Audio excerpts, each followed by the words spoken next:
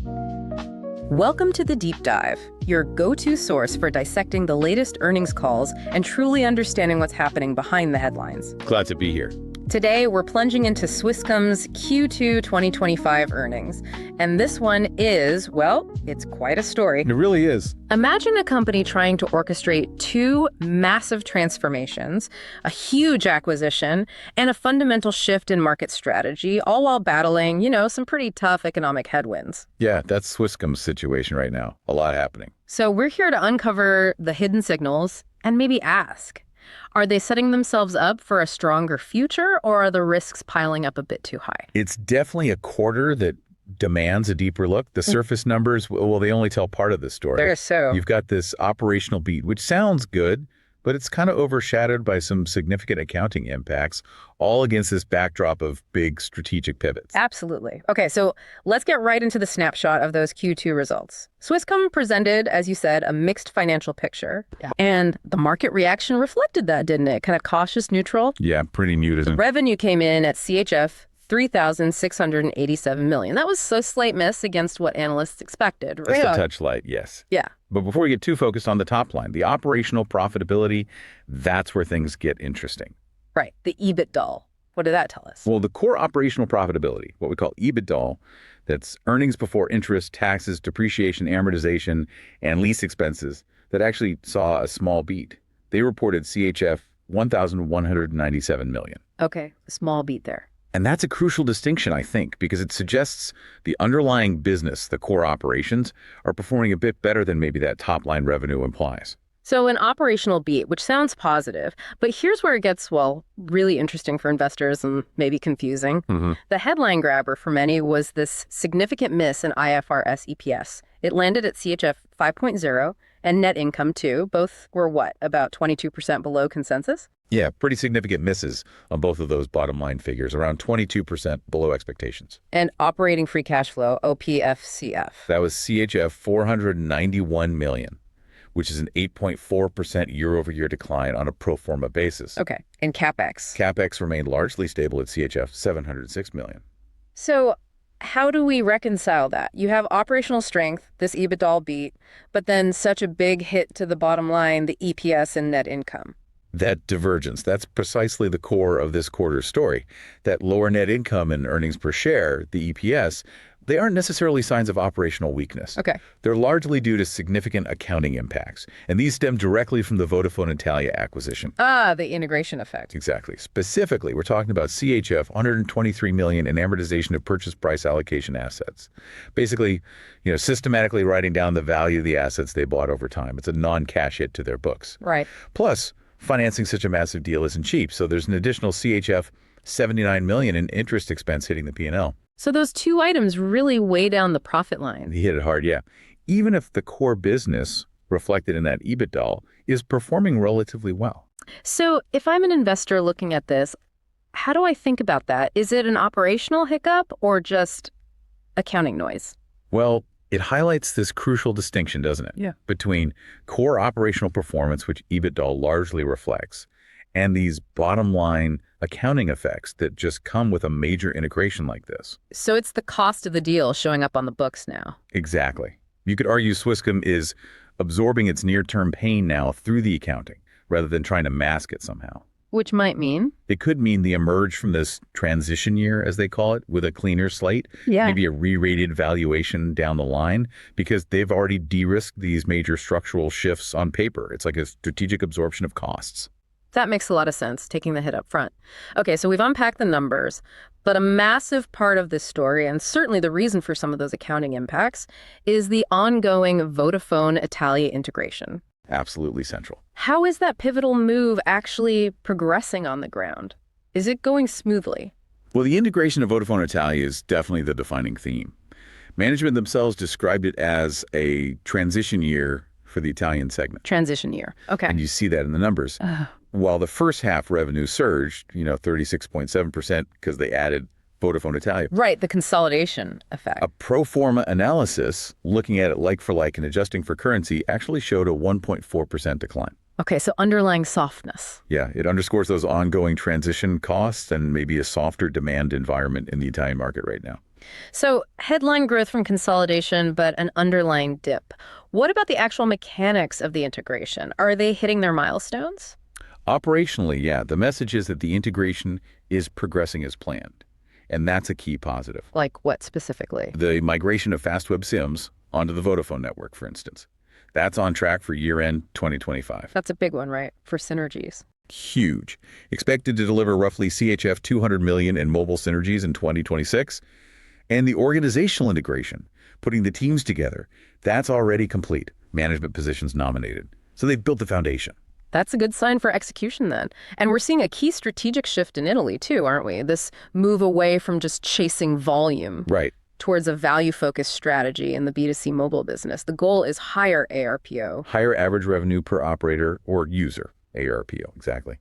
And reducing churn. How are the early signs looking there? Especially on churn, because Italian mobile can be quite turbulent. The early signs are actually quite positive. Churn decreased significantly. It went from nearly 24% down to 18% in Q2. Wow, 24 down to 18. That's a remarkable shift. It is. It suggests their value-focused strategy might be gaining traction. It's not just a number. It could mean customers are finding more reasons to stay, valuing what Swisscom offers beyond just the lowest possible price. That's a huge change in dynamic if it holds.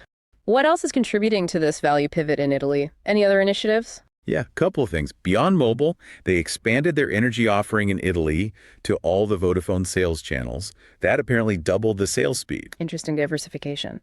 And they also launched the Fastweb AI suite for enterprises and public administration, so moving into higher value digital services. Okay. Plus, the wholesale business seems to be doing well.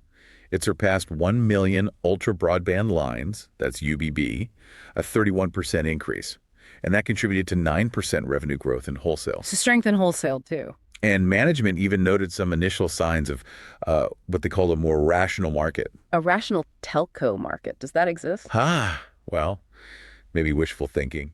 But the idea is operators focusing more on value over just volume, less aggressive price wars. Which would definitely help Swisscom's strategy. Absolutely. If that trend holds, it supports their value strategy by creating a less cutthroat environment. Yeah. Allows them to potentially capture higher ARPO and improve margins. It's definitely something important to watch. Okay, so after navigating the complexities of Italy, let's pivot back to Swisscom's home turf, Switzerland. Right. And maybe predictably, the domestic Swiss business continues to be that rock-solid foundation, almost like the reliable cuckoo clock of their operations. That's a good analogy. It really is the stable core. They've managed to offset that persistent service price erosion with proactive cost actions. And brand strength helps there too, presumably. Hugely. They were, again, recognized as the strongest telco brand in Switzerland. That premium positioning isn't just marketing fluff. It gives them pricing power. But not everything is smooth sailing, even in Switzerland, right? What about the B2B IT segment? No, exactly. That B2B IT segment is facing some headwinds. Seeing softer demand. Corporate clients seem to be delaying or maybe downsizing IT investments. Due to the economy? Yeah, it seems linked to the current macroeconomic situation and maybe some tariff impacts as well. It's a challenge for growth in that specific area. That's understandable given the broader climate. But even in a tough market, innovation can break through. Tell us about Beem. What's that? Right, Beem is a good example of that. It's a new network-integrated cybersecurity suite they've launched for Swiss enterprises. Network integrated, okay. Yeah, and apparently it's seen pleasing initial sales figures. They're planning continuous monthly feature launches, too, for ongoing upselling. So trying to add value and find growth in a tough B2B spot. Exactly. A smart move to add value, diversify revenues. And sticking with the core network, how are they progressing with the big infrastructure projects? 5G, fiber, and that crucial copper phase-out. Network development is looking robust.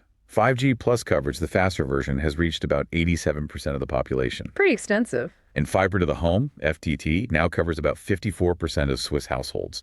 They have a target of 75–80% by 2030.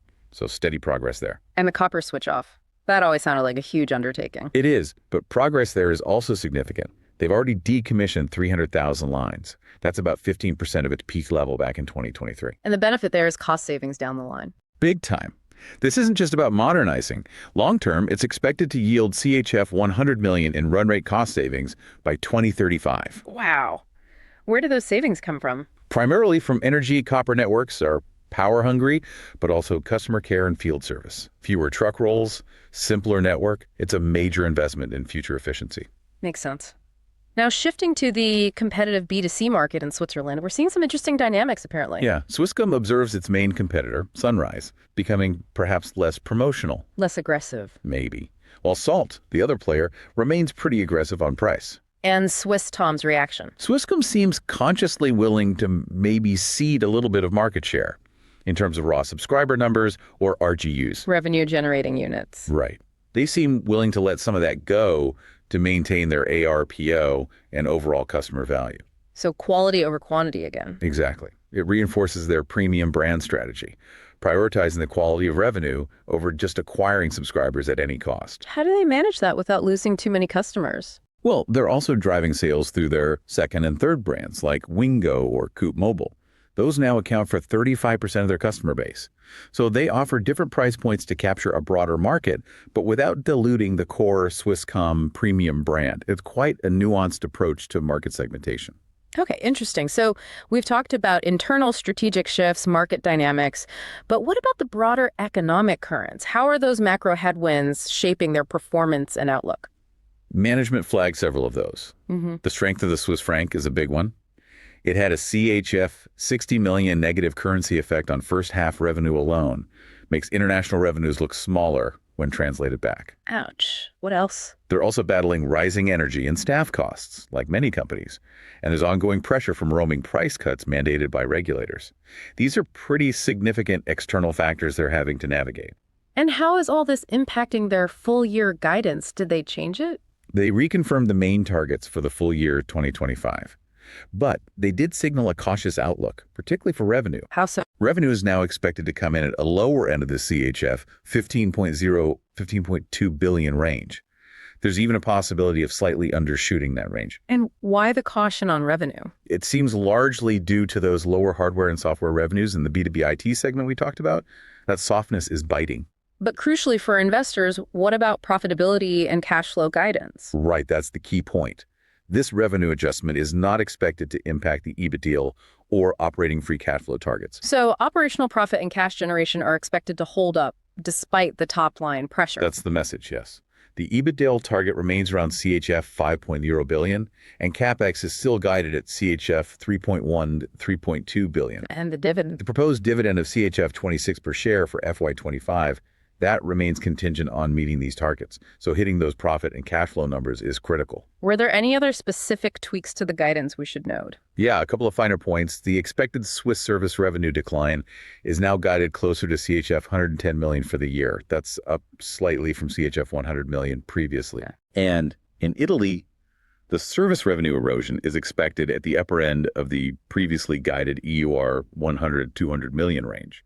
So acknowledging the pressures in both markets, it shows careful management of expectations given those headwinds. Okay, so let's try and connect all this back to the bigger picture for investors. That immediate market reaction, the modest -0.60% dip on the day. Yeah, very slight move. It reflected that cautious neutral sentiment, didn't it?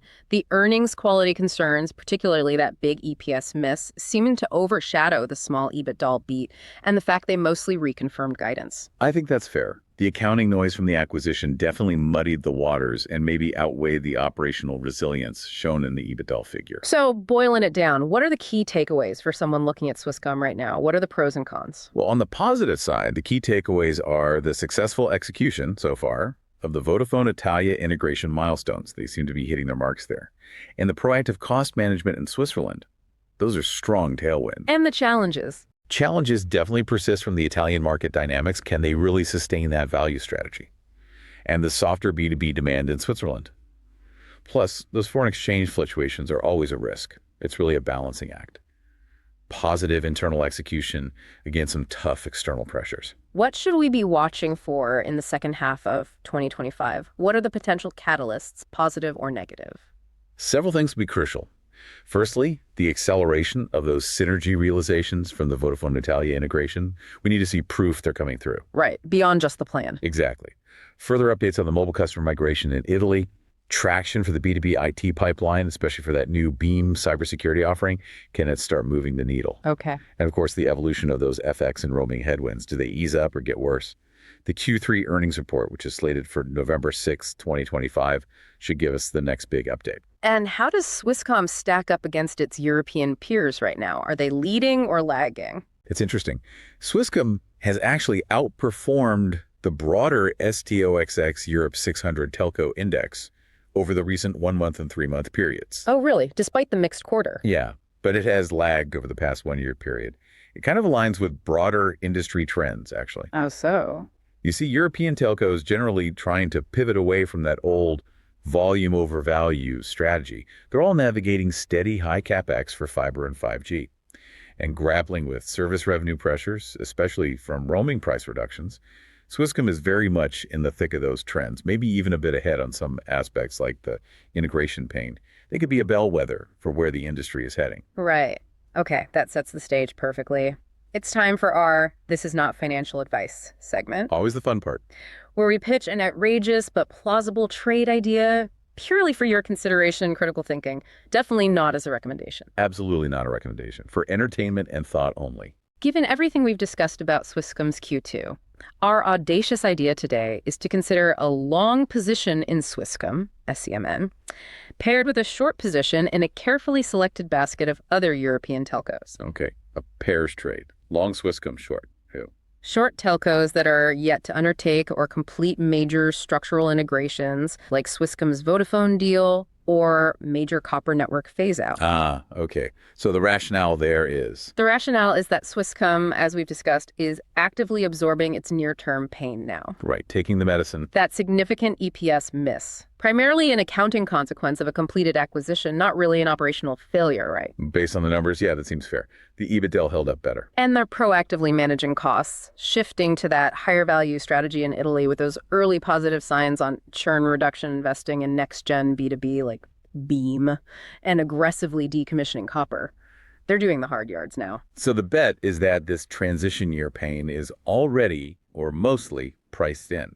Exactly. If that rational market trend in Italy actually holds, and if those big synergies from Vodafone Italia really materialize strongly in the second half and into 2026, Big ifs, but plausible. then Swisscom could emerge from this period with potentially a re-rated valuation. They've already de-risked these major structural shifts, at least on paper.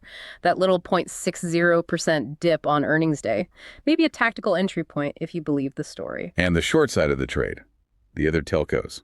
The idea is that peers who haven't yet gone through a massive integration or haven't started aggressively phasing out copper might still have that pain ahead of them. I see. So they might face similar earnings quality impacts or operational disruption or big capex cycles down the road, making them potentially vulnerable to the very issues Swisscom is tackling right now. That's the theory. Of course, the caveats are critical here. This is definitely not a sure thing. Absolutely. What are the big risks? Well, that B2B demand softness in Switzerland could linger much longer than expected or even get worse. The Italian market could easily revert to promotional aggression. Rationality is often fleeting in telco. True. And the execution risk on capturing those synergies is always present. Integrating large companies is hard. Plus, FX fluctuations remain a complete wild card. You could get the strategy right and still lose on currency. So this trade really relies on Swisscom successfully navigating its transformation and the market eventually rewarding a company that strategically absorbed its integration and network upgrade costs up front, while peers maybe lag behind. Precisely. It's a bet on Swisscom's execution and the market recognizing that forward progress, even through near-term noisy results. Okay, a provocative idea. Definitely food for thought. So wrapping up, Swisscom's Q2 2025 was really a quarter of, let's say, mixed financials, but pretty clear strategic execution. Yeah, the direction seems clear, even if the numbers were messy in places. While that EPS miss and the cautious revenue guidance definitely raised some eyebrows, the progress on the Vodafone Italia integration, the robust network investments, and that disciplined cost management in Switzerland, it does paint a picture of a company actively shaping its future. Taking some strategic hits now, perhaps, for what they hope will be significant long-term gains. Absolutely. Remember, everyone, the deep dive provides insight and analysis, not investment advice. Always, always conduct your own thorough due diligence. Couldn't agree more. Thank you for tuning in to the deep dive. We hope this exploration of Swisscom's earnings call provided you with some valuable insights. Yeah, thanks for listening. And maybe a final thought to leave you with. As you look at other companies, maybe ask yourself, what are the true costs, both financial and operational, that many businesses might be deferring today? And when will they finally have to pay the piper? Until next time.